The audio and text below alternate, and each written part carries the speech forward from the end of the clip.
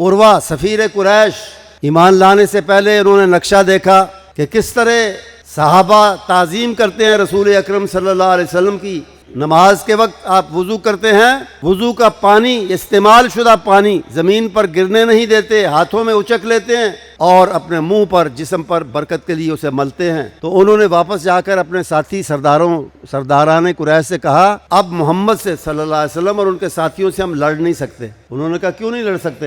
انہوں نے کہا کہ ان کے ساتھی اتنے جانثار ہو چکے ہیں، ان پر اتنی جان چھڑکتے ہیں، جو قوم اپنے قائد کا، اپنے نبی کا استعمال شدہ پانی زمین پر نہیں گرنے دیتی، وہ ان کا خون کیسے گرنے دے گی؟ خون ان کا کیسے گرنے دے گی؟ اس لیے ان سے لڑائی کا خیال دل سے نکال دو۔ پھر اس نے ایک جملہ کہا، ارأیت ملکا یعظمہ اصحابہ کما یعظم اصحاب محمد محمدا صلی اللہ علیہ وسلم۔ میں نے دنیا کے بڑے بڑے دربار دیکھے ہیں، کسی بڑے سے بڑے بادشاہ کی اتنی توقیر، اتنی تعظیم، اتنی محبت اس کے عمائدین میں، اس کے امراء میں، اس کے درباریوں میں نے نہیں دیکھی جتنی محمد صلی اللہ علیہ وسلم کے ساتھی آپ کی کرتے ہیں۔